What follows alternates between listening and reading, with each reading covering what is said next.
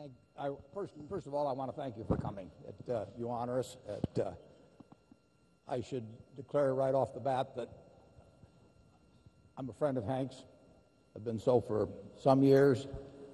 I admired him before he took the job. I admire him a lot more after the job he's done as Secretary of the Treasury. The name of this book is On the Brink, and that's exactly where we were in September and October of 2008. At that time, our economy, our financial world went into cardiac arrest. And we had 4 people in the operating room that we were very fortunate as a country to have in place. We had Hank, we had Ben Bernanke, we had Tim Geithner, and we had Sheila Bair, the head of the FDIC. And I know a lot of people in finance, I know a lot of people in business, I know a lot of people in government, and I can't think of 4 that would have done a better job of getting us through that. Now, it's kind of fashionable now to look back and pick at one little aspect or another of what was happening then, but our country's financial system froze up during that period. Some of you in this room were at a party I was at in September of 2008 when the talk was, are money market funds safe? Now, when you have 3.5 or more trillion of funds held by 30 million people who on a Sunday night are worrying about whether they can get their money, that money was half of all the deposits held by U.S. banks at the time. You have a panic. You had commercial paper freeze up entirely, and you had some of the biggest companies in the United States, and some of them are described in this book, that worried about whether they were going to meet their payrolls in a short period of time. You had the 6th largest bank in the country in terms of domestic deposits, Washington Mutual, fail over a weekend. You had the 3rd largest bank, Wachovia, that needed a shotgun marriage on a Monday morning to survive. Most interestingly, this book starts in early September when Freddie Mac and Fannie Mae essentially were broke. Here are 2 institutions that guaranteed 40% or so of all the residential mortgages in the United States, whose debt was held all over the world in very significant amounts, including by foreign governments that would not have taken kindly to a default, Freddie and Fannie. You had them owning a very large portfolio of mortgages themselves, and like I say, in early September, they both were broke.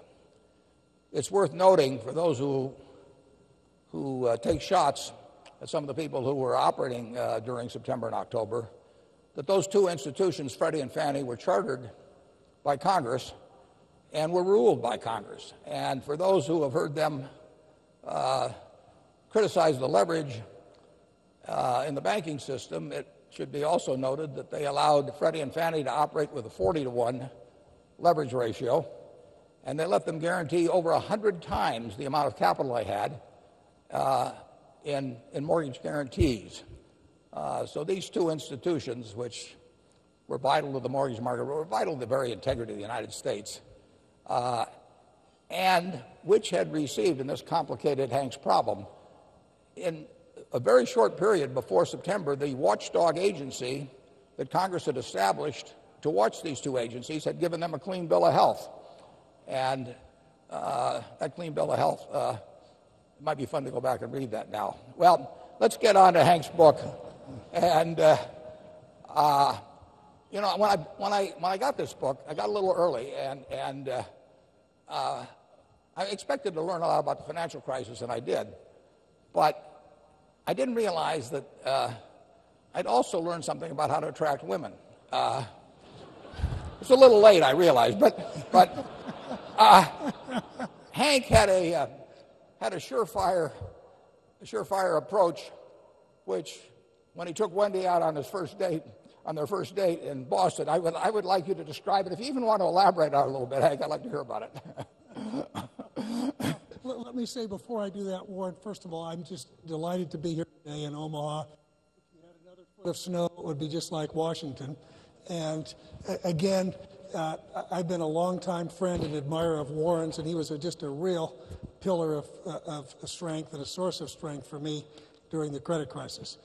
Now, Warren was referring to something in the book. I was not a model of maturity when I was a senior at Dartmouth College.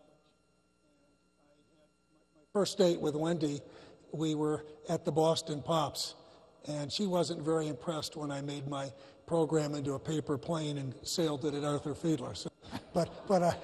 Did you hit him? No. And it did, but she gave me another chance. But didn't she go home early that night? Yeah. She went home early that night. Yeah. And so, but fortunately, he got a second chance. You're right. And Hank, tell us a little bit about Hank's. He says in the book, he says, I'm a tough guy. I forget at what point you said that. But he was a wrestler at high school. He was all Ivy at Dartmouth as a tackle and everything. But when the president asked him to become Secretary of the Treasury, and Hank's initial reaction was not to do it, but he decided to do it. But he had one big worry, and I think this crowd might be interested in knowing what makes a grown man tremble. Well, it was Warren is talking about my mom, and I'm quite close to my mother. She's a strong woman. She's very engaged and interested in politics and policy, and she was not an admirer of George Bush, and very unhappy with the war, and very interested in women's issues and so on. And so there had been a fair amount of speculation in the press that I might go to Washington, and I had turned down the opportunity a couple of times, and I had assured her that I was not going to go because I had no intent of going.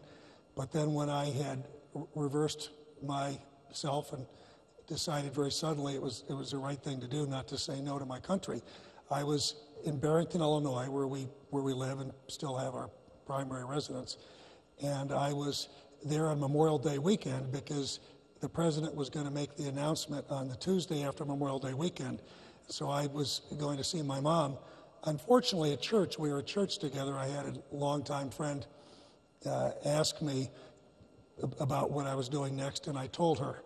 And of course, she went up to my mom and said, "Isn't this great, Mariana?" And Mom didn't think it was great. So when I arrived up to tell my mom, she already had known about it, and I didn't see her sob much, but she was sobbing and very angry and crying, and said to me that I'd started with Nixon and now I was going to end up with Bush and I deserved everything I got, and that I was jumping on a sinking ship. But I will say this though, and in the end I say that by the time I'd finished in Washington, my mother had a different different opinion of George W. Bush. But it's not a good way to start off, and Wendy wasn't much happier with me. So. Hank, one of the most interesting things I found in the book, and I'd not heard a word about this before, was your account of how some top Russian officials had gone to some top Chinese officials with the suggestion, essentially, that they start dumping the bonds of probably Freddie and Fannie at that time. And that almost sounds like a bear raid. I mean, I thought that was the sort of thing that just the evil guys in Wall Street did. But tell me about that. Well, it never happened. But we were very, very concerned about stabilizing Fannie and Freddie because, as Warren said, there's $5.4 trillion of securities that were either insured or issued directly by these institutions. They are highly levered institutions, and these securities were held, I think, about $1.7 trillion outside of the U.S. The biggest portion was inside the U.S.